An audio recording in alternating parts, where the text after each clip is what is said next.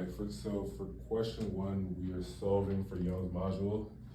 As you see here in this graph, the y component is stress and the x component is strain. The formula for Young's module is stress over strain,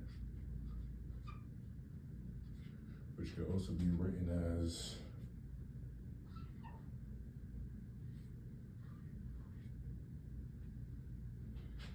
this formula itself shows that it is similar to a slope in the graph, which is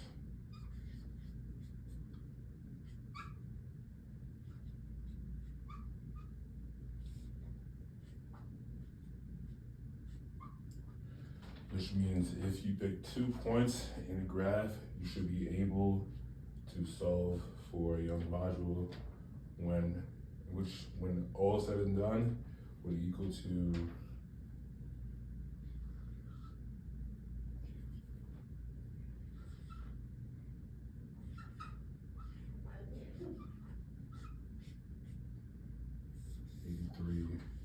GPA.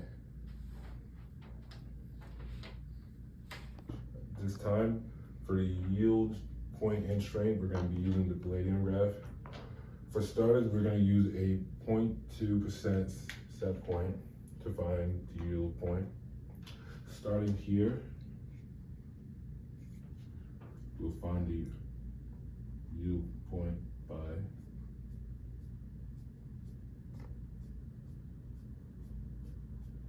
around this area, and to find the yield strength, we'll draw a separate horizontal line around this area. When we're using these 2 points, we can find the MPa, which is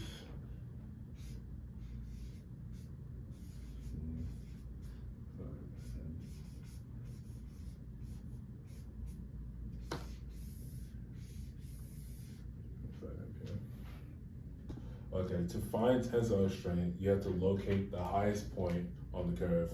The stress value at the point represents the tensile strength as it corresponds to the maximum stress and the material at which it can withstand. So to locate that in the graph, you have to find the highest point in it, which in this case, AG, aka silver, would be around here to here. So the highest point in this graph would be around 125. So the answer would be 125.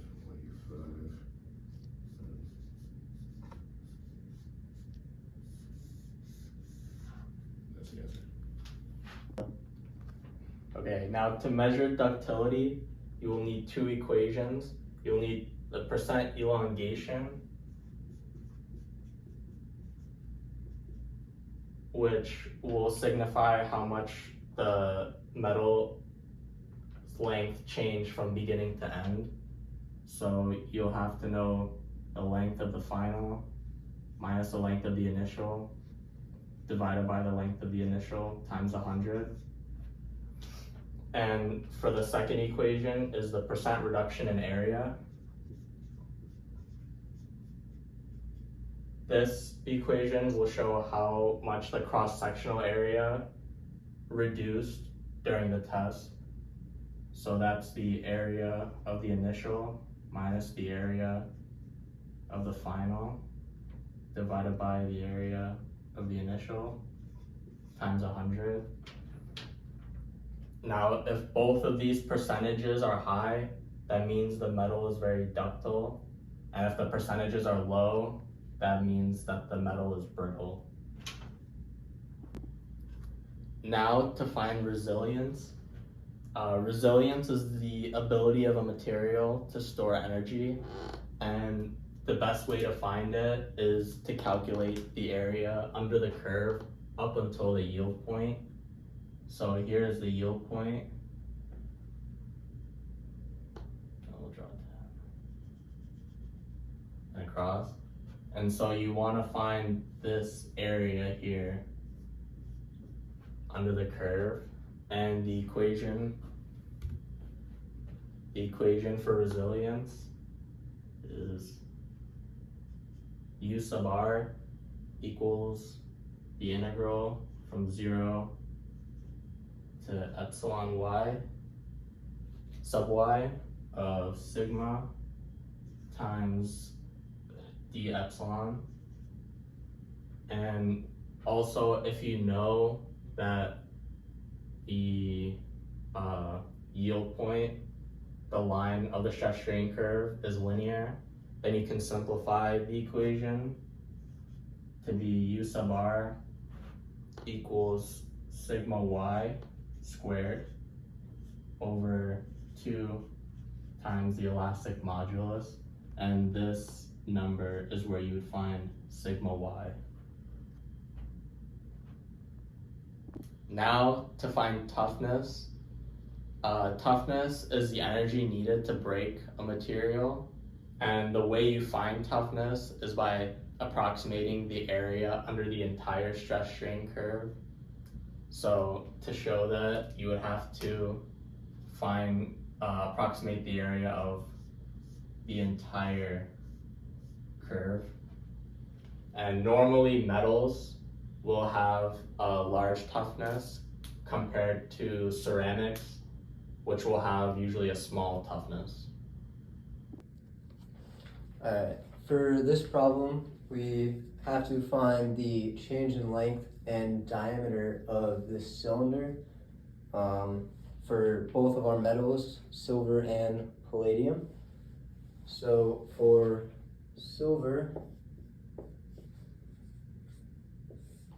the equation for change in length is equal to the force times original length over cross-sectional area times the elastic modulus. So we have a force of 4 kilonewtons, which is equal to 4,000 newtons. And our original length is 1 meter, which is going to be over, for the cross-sectional area, since it is a cylinder, it is going to be pi d squared over 4, which is pi times 20 centimeters is 0.2 meters over 4, which is equal to 0.0314 meters squared. So we can put this into our equation. And the Young's modulus for silver is 83 GPa, and 1 GPa is equal to 10 to the 9th newtons per meter squared.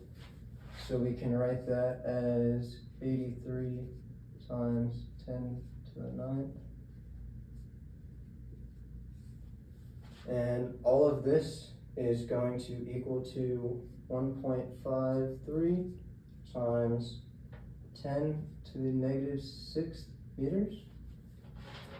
And then for change in diameter, our equation is going to be negative V times change in length over original diameter over the original length. And this V is just Poisson's ratio, which I have listed up here. So negative 0.37 times our change in length.